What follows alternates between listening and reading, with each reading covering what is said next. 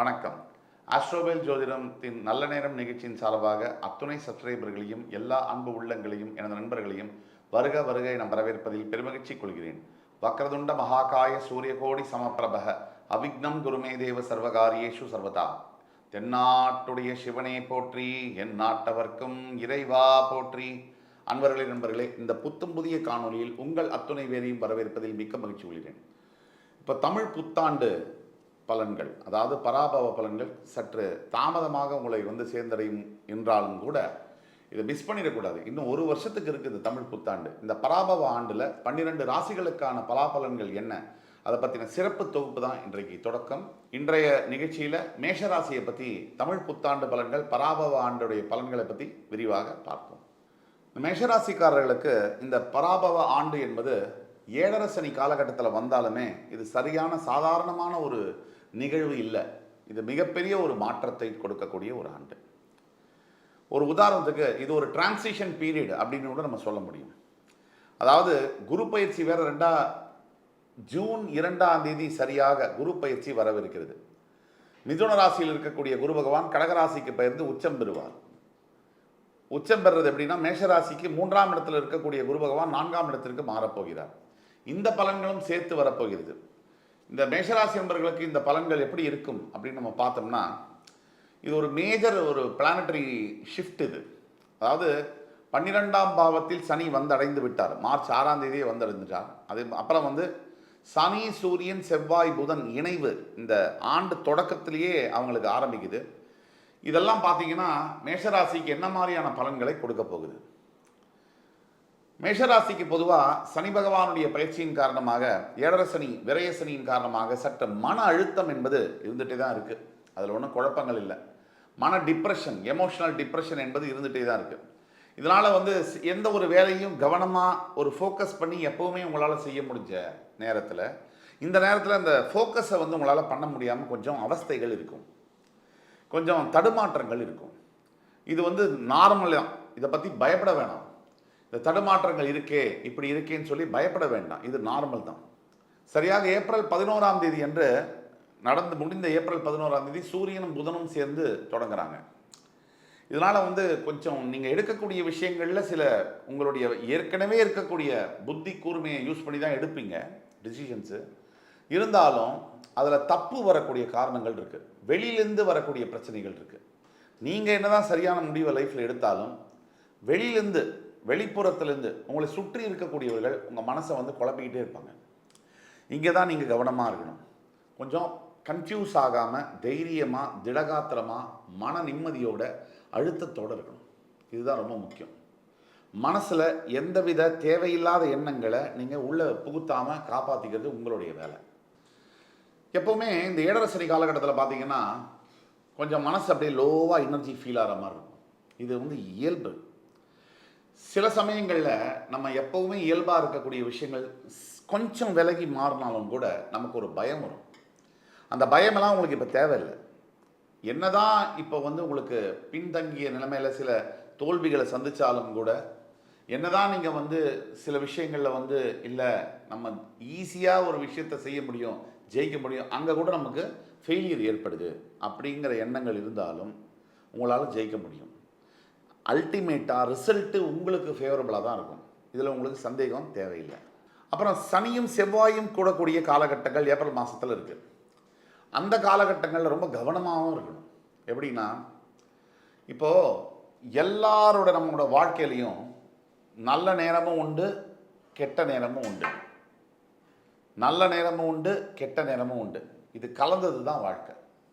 இந்த மாதிரி நேரங்களில் நம்ம சம்மந்தப்படாத விஷயங்களில் நம்மளை உள்ளே இழுத்து போடுறதும், நம்ம சம்மந்தப்படாத விஷயங்களில் ஆர்கியூமெண்ட்ஸு, வம்பு வழக்கை நம்ம வாதாடுறதை கிளப்பி விட்டு அது மூலிமா புது பிரச்சனை, இப்போ ஏற்கனவே இருக்கக்கூடிய பிரச்சனைகள் பலசு இருக்குது, ஆனால் புதுசாக ஒரு பிரச்சனையை கிளப்பி அந்த பிரச்சனையை பெருசாக்கி இருக்கிற பிரச்சனை ஒன்றுமே இல்லைங்கிற அளவுக்கு கொண்டு விட்டுருது.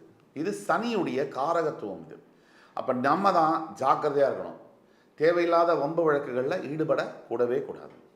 இப்போ என்ன நம்ம பார்த்துக்கணும் அப்படின்னா, மேஷராசிக்காரங்களுக்கு ஏற்கனவே கொஞ்சம் கோபம் மேஷராசிக்காரங்களுக்கு சில பேர்களுக்கு அதிகமாக வரும்.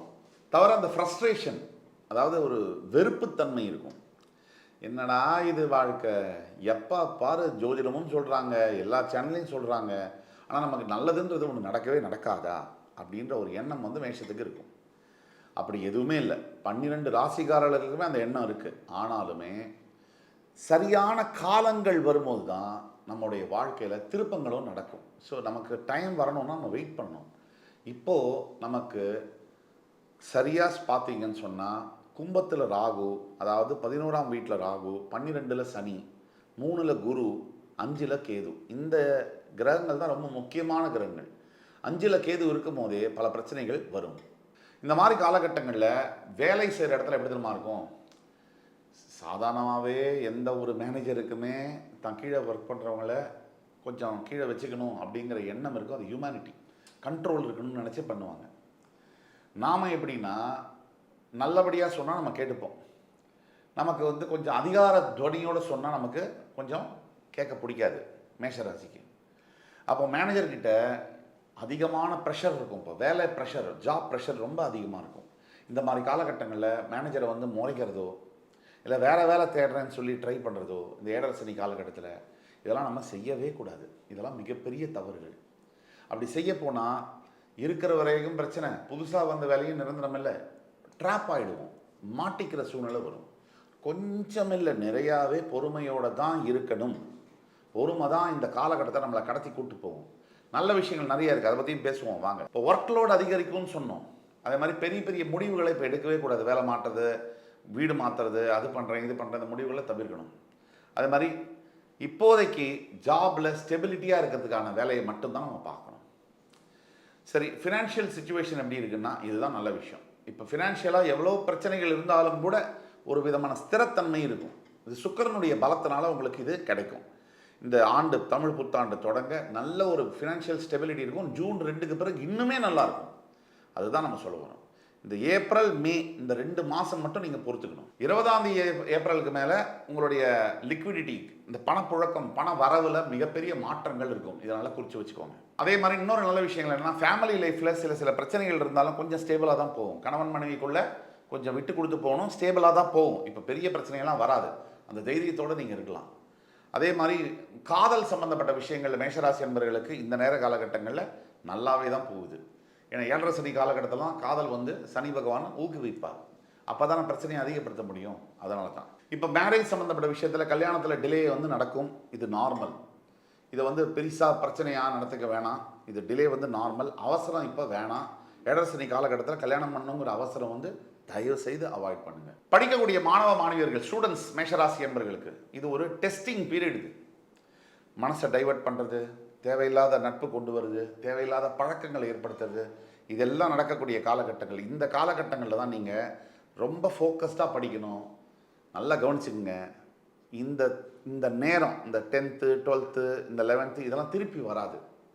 இப்போ படிப்பை விட்டுட்டிங்கன்னா அடுத்த 40 வருஷ வாழ்க்கைக்கு உங்களால் பதில் சொல்ல முடியாது. இப்போ மட்டும் நீங்கள் ஃபோக்கஸ் பண்ணி படித்தீங்கன்னா உங்களோட அடுத்த 40 வருஷ வாழ்க்கை ரொம்ப நல்லாயிருக்கும். இந்த பெண்கள், குறிப்பாக மேஷராசியில் இருக்கக்கூடிய பெண்களுக்கான பலன்கள். ஹவுஸ் ஒய்ஃபு, வேலை செய்யக்கூடிய பெண்களுக்கு வேலை பலு அதிகமாக இருக்கும், ஸ்ட்ரெஸ் அதிகமாக இருக்கும், இதெல்லாம் இருக்கும். நாம் தான் வந்து கண்டினியூஸாக வந்து கேர்ஃபுல்லாக ஹெல்த்தை பார்த்துக்கணும். அதே மாதிரி வந்து வேலை மாற்றங்கள், இடமாற்றங்கள் அதிகமாக இருக்கும். இதெல்லாம் இருக்கும். பெரிய முடிவுகளை எதையுமே எடுக்காதீங்க. இப்போ பெரிய முடிவுகளை எதையுமே எடுக்காதீங்க. பெண்கள் வந்து பொறுமையாக இருந்து அப்சர்வ் பண்ணுங்கள். இப்போ உங்களை சுற்றி என்ன நடக்குது இதை மட்டும் நல்லா கவனிங்க. ஒரு முடிவெடுக்கக்கூடிய காலம் வரும், அப்போ சொல்கிறோம், அப்போ நீங்கள் முடிவெடுங்க. அதே மாதிரி உங்களுடைய 12ஆம் வீட்டில் பல கிரகங்கள் இருக்கிறதுனால வந்து தூக்கத்துலேயும் ஹெல்த்லேயும் சில பிரச்சனைகள் வரும். தூக்கம் கெடலாம். நீங்கள் பர்டிகுலராக அந்த சவுண்டு தெரப்பின்னு சொல்கிறோம், அந்த மாதிரியான மியூசிக்கை போட்டு தூங்குறது நல்லது. ஒட்டுமொத்த மேஷராசி என்பவர்களுக்கும் எம்மாதிரியான திருப்பங்கள்னா ஏப்ரல் 20க்கு அப்புறம் கொஞ்சம் நல்லாயிருக்கும். மே 22க்கு பிறகு ரொம்ப நல்லா இருக்க போகுது. ஜூன் 2க்கு பிறகு பழையபடி உங்களுடைய வாழ்க்கையில் மாற்றங்கள் வரப்போகுது. ஆனால் உங்களுடைய சுய ஜாதகம்னு ஒன்று இருக்குது. இப்போ நான் சொல்லக்கூடிய பலன்கள் 60% பொருந்தும். உங்களோட பிறப்பு ஜாதகத்தில் இருக்கக்கூடிய நிலைமையை நம்ம பார்க்கணும். அதுக்கு உங்களுக்கு ஆயிரக்கணக்கான கேள்விகள் மனசில் இருக்கலாம். அந்த கேள்விகளுக்கு எல்லா கேள்விகளுக்கான பதில் வந்து தர முடியும் என்னால்.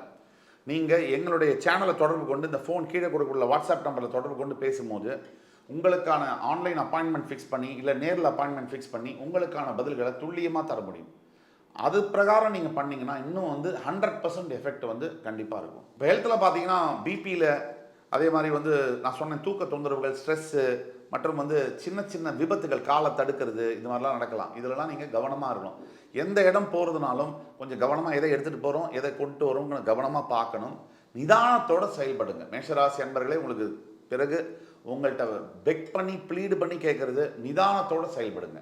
அவசரப்பட்டு மூவ் பண்ணாதீங்க. எதுலேயுமே காமாக இருங்க. இந்த ஏப்ரல் மாதம் வந்து பார்த்தீங்கன்னா உங்களை சோதனை காலகட்டங்கள். இதில் ரொம்ப முக்கியமானது பொறுமை தான். நம்ம பல தடவை சொல்லிட்டோம். இதில் கோல்டன் ரூல்னு ஒன்று இருக்குது. எந்த ஒரு பெரிய முடிவையும் எடுக்காதீங்க. குரு மாற்றத்திற்கு முன்னாடி, குரு பயிற்சி ஜூன் 2ஆம் தேதிக்கு முன்னாடி எந்த ஒரு பெரிய முடிவையும் எடுக்கக்கூடாது. அதே மாதிரி தொடர்ந்து இறை வழிபாடு, இறை தொண்டுகள், தர்ம காரியங்கள், உங்களால் முடிஞ்ச ஹெல்ப் மற்றவங்களுக்கு பண்ணிக்கிட்டே இருங்க.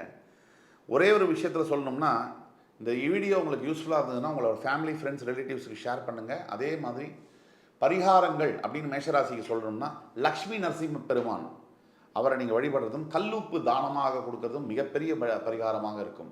திருச்செந்தூரில் இருக்கக்கூடிய சிவசுப்பிரமணிய சுவாமி முருகப்பெருமானை ஒரு தடவை போய் நேரில் முடிஞ்சால் தரிசனம் பண்ணிட்டு வந்தீங்கன்னா உங்கள் வாழ்க்கையில் எப்பேற்பட்ட சவால்களும் விலகும், வெற்றி நிச்சயம் கிடைக்கும். மேஷராசி என்பவர்களே, இந்த வீடியோ கண்டிப்பாக உங்களுக்கு பிடிச்சிருக்கும். அடுத்து வரும் காணொலியில் மறுபடியும் உங்களை எல்லோரையும் சந்திக்கும் வரை உங்களிடமிருந்து விடைபெறுவது உங்கள் சுபாஷ் பாலகிருஷ்ணன். நன்றி, வணக்கம், வாழ்க வளமுடன்.